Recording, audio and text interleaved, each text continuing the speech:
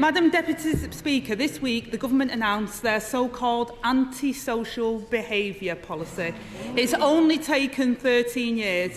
And look, I'll give him some credit. The Deputy Prime Minister knows firsthand the misery caused by thugs and their intimidating behaviour, lurking with menace, exploding in fits of rage, creating a culture of fear, and maybe even, I don't know, throwing things.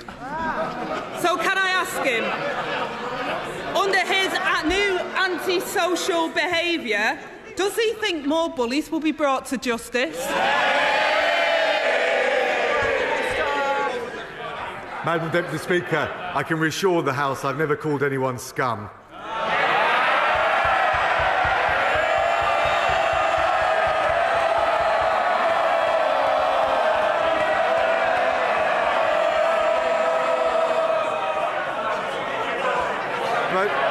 But if the Right Honourable Lady is serious about standing up for communities and people who suffer at the scourge of antisocial behaviour, should back our plan to deal more swiftly with these issues, to make sure that we ban drugs beyond the conventional ones, give police the powers they need, and if they really want to protect the public, they'll back our plans for parole reform to make sure the murderers, the terrorists, the child killers are not allowed out free to threaten other people, and reintroduce the ministerial veto that side took away.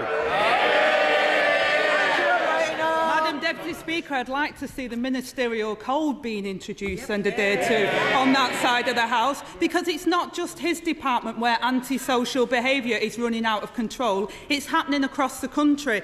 Police officers disappearing from our streets, replaced by criminals plaguing our towns and leaving people feeling unsafe. The truth is that the Conservatives are missing in action in the fight against crime. So can he tell his constituents and the public why, after 13 years of his party in government, there are now 6,000 fewer neighbourhood police officers on Britain's streets? Madam Deputy Speaker, she really does have a brass neck, because they voted against our funding of police recruitment and the 20,000 extra police officers. But what I will tell her and the whole House is crime is lower than it was under the last Labour government. Violent crime is halved. Reoffending is 7 percentage points lower. And if she really wants to stand up for the public and the victims of crime, they should back our bill to protect victims and protect the most vulnerable from serious killers, rapists and terrorists. Madam Deputy Speaker, no one believes that there's more police on the streets and no one feels safer. Neighbourhood policing has gone down and not up. Let's talk about crime. He knows as well as I do that neighbourhood police can help prevent antisocial behaviour and knife crime. But trusted local police are also crucial to protecting women. Women feel unsafe on Britain's streets, always looking over our shoulder as we hurry to our front door. So can he tell me, under his watch as Justice Secretary, what is the charge rate for rape? Can I address all of those elements of that? And first of all say that the issue of rape and serious sexual violence against women is one of our top priorities.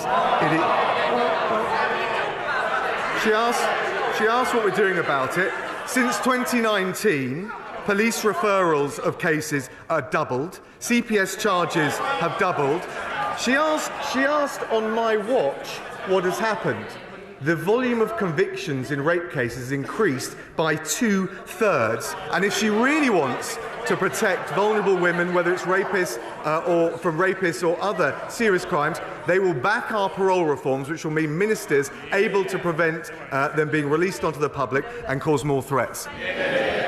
Ms Rayner. He says that rape conviction has gone up. What he really means is that 300 women will be raped today, while he boasts about an increase of 0.5%. He hasn't answered my question, Madam Deputy Speaker, because he's too ashamed of the answer.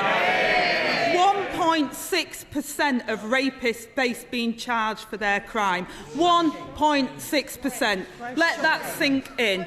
A woman goes through the worst experience of her life. She summons up the courage to relive that horrendous experience, to tell the police in detail about her assault. But she only has a 1.6% chance of action being taken. Over 98% of rapists will never see the inside of a courtroom, let alone a prison. And the rest of those brave women, Madam Deputy Speaker, they keep looking over their shoulders and hope the perpetrator doesn't choose tonight to take their revenge for reporting the incident to the police. In the last 13 years of the Tory government, more than 500,000 cases of rape have been recorded by the police. But the charge rate for those attacks have collapsed. He has served under 5 Tory Prime Ministers and had 3 years as Justice Minister. And on his watch, rapists are left to roam the streets. So will he apologise to those victims who will never get justice because of his failures?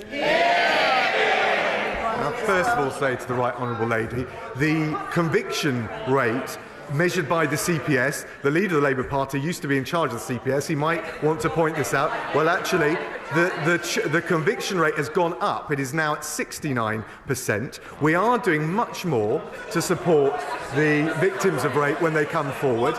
Well, they're talking a good game. In fact, we have quadrupled funding for victims since 2010.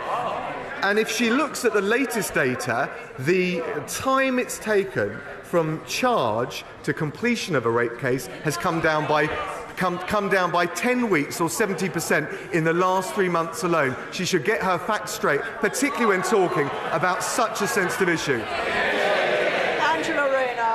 Madam Deputy Speaker, he won't apologise for the government failures on charge rates, and 69% of 1.6%.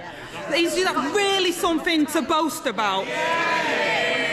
Let me ask him about an issue which is directly his responsibility. On his watch, rape survivors are waiting on average more than 3 years for their cases to come to court. The Honourable Member talked about 10-week reduction. 3 years, Deputy Leader. 3 years. So 10 weeks is not anything to boast about. Those 3 years from the day of the assault to the final day of court. Is it any wonder that from April till September last year, 175 trials for rape and other serious sexual offences have had to be dropped because the victim could no longer cope with the delay? So let me ask him, when will he apologise to all those women denied justice because of his failure to sort the court backlog? Well, she ignores the impact on the court backlog of the pandemic or indeed the CBA strike. But let me tell her what we're doing. We've quadrupled funding for victims since 2010, quadrupled the funding provided by the last Labour government.